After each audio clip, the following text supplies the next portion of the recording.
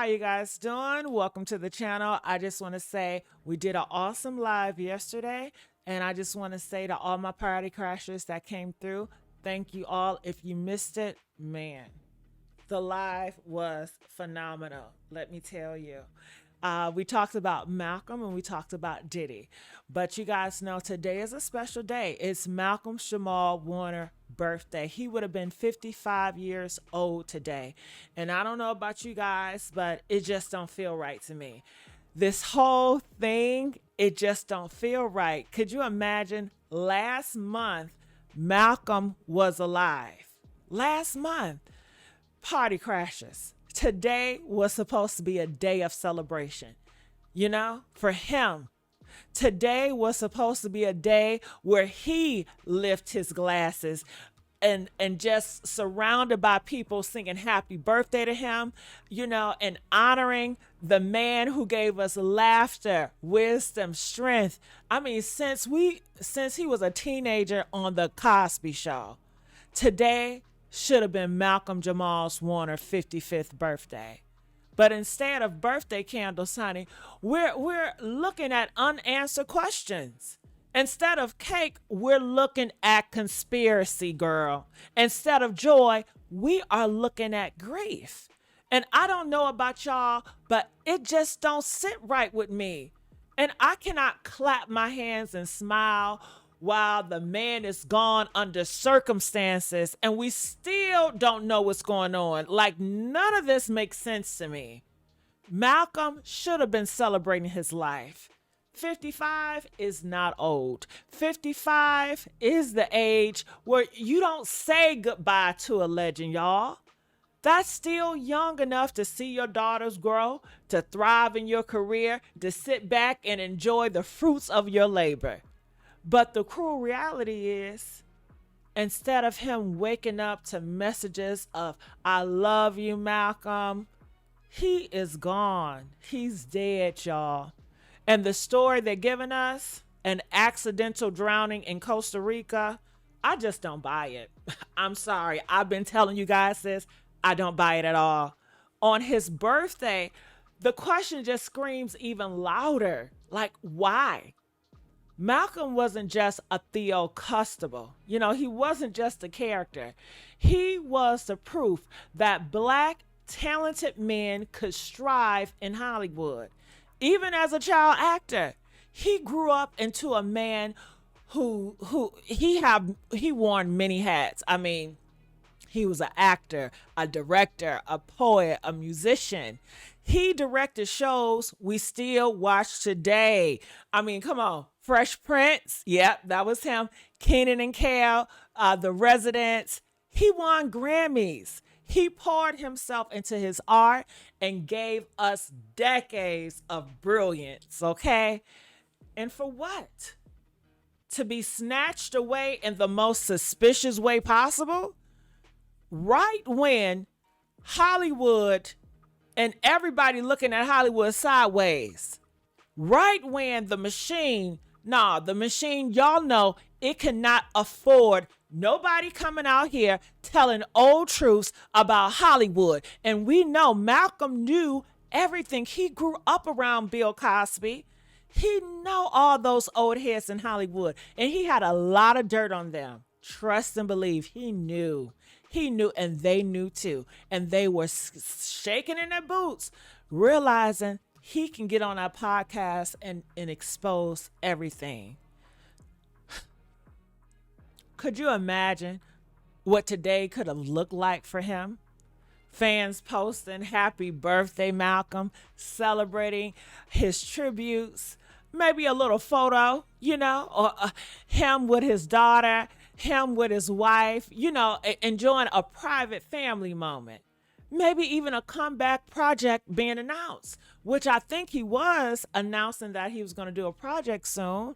I mean, he had All in the Hood, that podcast where he was exposing Hollywood, how Hollywood was trying to paint black men and put them into dresses, how Hollywood only wanted black men to be buffoons.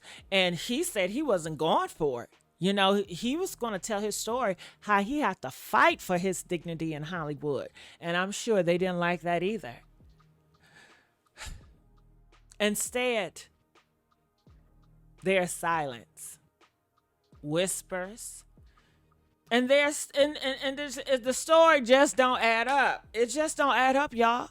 This they want us to believe it was just the ocean. You know, they just want us to believe it was just an accident.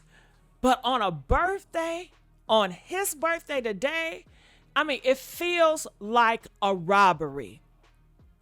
His life was stolen, his legacy tampered with.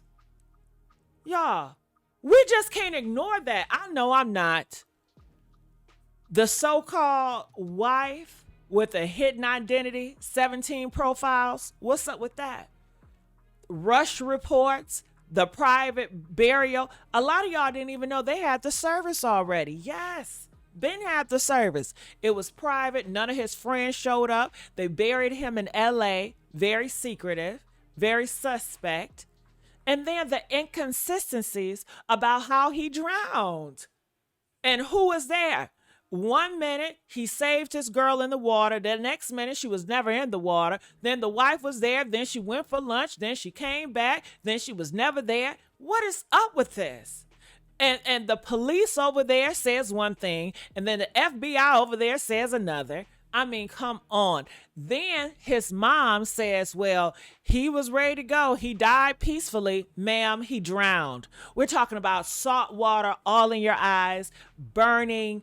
Your lungs is full with water. You're fighting for your life. You're fighting to be with your family. And it's just nothing but water. That is a horrible death. And I'm assuming that's like when they take people hostage. Don't they lay them on their back or lay them upside down and put all that water on there like they're drowning because it's a brutal death. And the mom comes out and said he died peacefully and his time was up. No, his time was not up. He has so much to tell his people. He has so many stories to share. He has so many things he wanted to do. He had a daughter, 8 years old, that he wanted to raise. So it just felt like what she gave, it was a PR. Like someone gave her a script to post it online, you know? And, and, and the biggest one, Malcolm. No, Malcolm, he wasn't some reckless man they tried to paint. Oh my God. He was careful, he was grounded, and he was spiritual. Yet, we supposed to believe he just wandered in the water and never just came out? We supposed to believe that he just went in the water and he just left his daughter, 8-year-old daughter, there with strangers? Come on now. No, I'm not buying it. And on his birthday, that explanation, when you think about it, girl, it feels like a slap in my face. Party crashers, y'all know how this works when it comes to the machine, okay? Every time somebody with some integrity, somebody with a voice, somebody who could expose the truth and nothing but the truth, they never live long. They never live long. Because you know why? The machine moves in. They be already having their sleeper cells in place. They have their plants in place, and they say activate. Look at the pattern. Celebrity silence, okay? Michael Jackson, Prince, Whitney Houston. Come on. Angie Stone. Stars being erased. And the ones who stay... And these are the ones who stay real.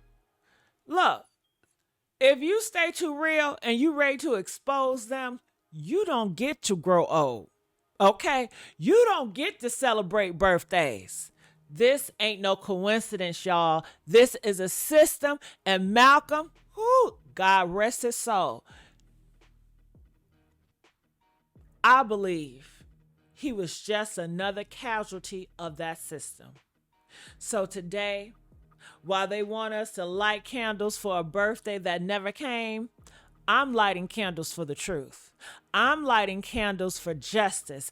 I'm lighting candles for Malcolm's name not to be buried under all them lies they pushing in these damn headlines. Because the man gave us his whole life, y'all.